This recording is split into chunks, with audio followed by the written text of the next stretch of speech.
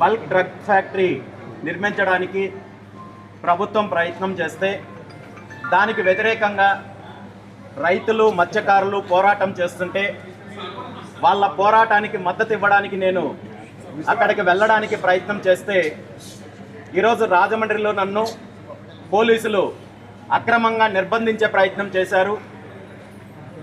ఈ రాష్ట్రంలో పరిస్థితులు ఎలా ఉన్నాయంటే భారత రాజ్యాంగమో అంబేద్కర్ గారు రాసిన రాజ్యాంగం కాకుండా తాలిబాన్ రాజ్యాంగమో రెడ్ బుక్ రాజ్యాంగం లాంటి వాటిని అమలు చేసే ప్రయత్నం ప్రభుత్వం చేస్తోంది. దానికి కొంతమంది పోలీస్ అధికారులు తొత్తుల్లా వ్యవహరించి దోపిడీదారులకు గూండాదారులకు మద్దతుగా రైతులను అణచివేసే దిశగా మత్స్యకారులను అణచివేసే దిశగా పోరాటం చేస్తున్న వాళ్ళని అణచివేసే దిశగా అక్రమ కేసులు పెట్టే దిశగా ప్రయత్నం చేస్తున్నారు. గతంలో కూడా కరేడుకు సంబంధించిన రైతులకు మద్దతుగా పోరాటం చేస్తున్నప్పుడు కూడా ఇదే విధంగా చేశారు.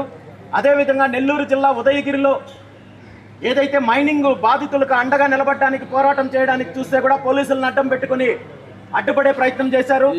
ఈరోజు పాయకరావుపేట నియోజకవర్గంలో మత్స్యకారులకు జరుగుతున్న అన్యాయం పైన పోరాటం చేయాలని చూస్తుంటే, ప్రజాస్వామ్యబద్ధంగా న్యాయపరంగా పోరాటం చేయాలని చూస్తుంటే పోలీసులు వీధి రౌడీల్లాగా ప్రవర్తించి ఈరోజు దౌర్జన్యం చేసే కార్యక్రమం చేస్తున్నారు. ఖచ్చితంగా దీని మీద న్యాయపరమైన చర్యలు తీసుకుంటానని చెప్పి ఈ సందర్భంగా తెలియజేస్తూ, ఈరోజు ఆ గ్రామానికి వెళ్ళకూడదని నన్ను అడ్డుకున్నారు కాబట్టి ఖచ్చితంగా నేను న్యాయస్థానాన్ని ఆశ్రయిస్తాను. హైకోర్టు ద్వారా పర్మిషన్ తీసుకొని ఖచ్చితంగా ఆ గ్రామస్తులకు అండగా బీసీవై పార్టీ ఉంటుందని చెప్పి ఈ సందర్భంగా గ్రామస్తులందరికీ మాటిస్తాను. తొందరలోనే ఒక వారం 10 రోజుల్లో మళ్ళీ న్యాయస్థానం ద్వారా పర్మిషన్ తీసుకొని మీ గ్రామాన్ని సందర్శిస్తాను. మీ పోరాటానికి అండంగా ఉంటాను. మీ దగ్గర బలవంతంగా భూములు లాక్కోవాలి లేదా మరో రకంగా దోపిడీ చెయ్యాలంటే మాత్రము అది ఎట్టి పరిస్థితుల్లోనూ జరగదు. ప్రభుత్వానికి నిజంగా చిత్తశుద్ధి ఉండి పారిశ్రామిక అభివృద్ధి చేయాలి లేదా కంపెనీలను తీసుకురావాలంటే ఈ రాష్ట్రంలో లక్షలాది ఎకరాలు బీడు భూములు ఉన్నాయి.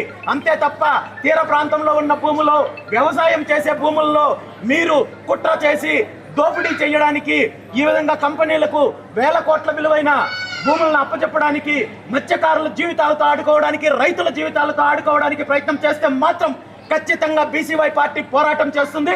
మీకు తగిన బుద్ధి చెప్తామని చెప్పి ఈ సందర్భంగా తెలియజేస్తూ, ఈరోజు గ్రామస్తులను ఎవరినైతే అక్రమంగా నిర్బంధించారో, అక్రమంగా అరెస్ట్ చేశారో వాళ్ళందరినీ కూడా బేషరత్తుగా విడుదల చేయాలని చెప్పి పోలీస్ డిపార్ట్మెంట్ని కోరుకుంటున్నాను. మీరు దౌపిడీదారులకు దౌర్జన్యం చేసే వాళ్ళకి అండగా నిలబడడం మారి ప్రజల యొక్క రక్షణ కల్పించాల్సిన అవసరం ఉందని చెప్పి కూడా ఈ సందర్భంగా నేను పోలీసులకు సూచిస్తున్నాను. ఇలా ఎవరైతే పోరాటం చేస్తున్నారో లేదా రైతులపైనో లేదా మత్స్యకారులపైనో తప్పుడు కేసులు పెట్టడమో లేదా అధికారంలో ఉన్న వాళ్ళకి మీకు తొత్తుల్లా వ్యవహరిస్తే మీరు చరిత్రహీనులుగా మిగిలిపోతారు తప్ప మరొకటి ఉండదు. ఖచ్చితంగా రాబోయే రోజుల్లో ఈ పోరాటం కొనసాగుతుంది. న్యాయస్థానం ద్వారా పర్మిషన్ తీసుకొని మళ్ళీ ఆ గ్రామానికి వస్తాను. అవసరమైతే ఈ విషయానికి సంబంధించి కేంద్ర ప్రభుత్వ పెద్దలతో కూడా మాట్లాడే ప్రయత్నం చేస్తాను.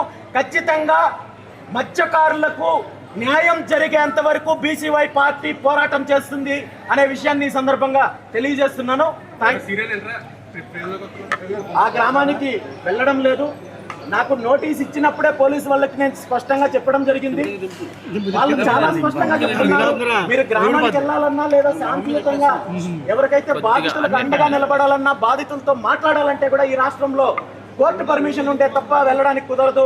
ఇదే మా రాజ్యాంగం అని పోలీసు వాళ్ళే చెప్పారు. దాని ప్రకారమే నేను కోర్టు పర్మిషన్ తీసుకొని వెళ్ళడానికి ప్రయత్నం చేస్తానని చెప్తే కూడా ఈరోజు ఉదయము రూముల నుండి కూడా నన్ను బయటకు రానివ్వకుండా అడ్డుకునే ప్రయత్నం చేశారు. వాళ్ళందరి పైన కూడా న్యాయపరమైన చర్యలు కూడా తీసుకుంటాను. ఖచ్చితంగా వారం 10 రోజుల్లో అయితే మాత్రం ఆ గ్రామానికి కోర్టు పర్మిషన్ ద్వారా వెళ్ళి తీరుతాను. అందులో అనుమానమేమి. డెఫినెట్గా నాకున్న అవకాశాల వరకు అన్ని అవకాశాలను ప్రయత్నం చేస్తాను. మత్స్యకారులకు న్యాయం జరిగేంత వరకు కూడా ఖచ్చితంగా పోరాటం చేస్తాం. సెక్యూరిటీ సిబ్బంది పైన చేయి చేసుకోవడము, వాళ్ళపైన వ్యక్తిగతంగా దాడి చేయడం, వాళ్ళ డ్యూటీ వాళ్ళు చేస్తుంటే వాళ్ళని అడ్డుకునే ప్రయత్నం చేయడం, ఈవెన్ నా మీద చేయి చేసుకోవడానికి కూడా ప్రయత్నం చేశారు. వీటన్నింటికీ కూడా ఖచ్చితంగా నేను ఫిర్యాదు చేస్తాను. చట్టపరంగా నేను తీసుకునే చర్యలన్నీ కూడా తీసుకోవడం జరుగుతుంది.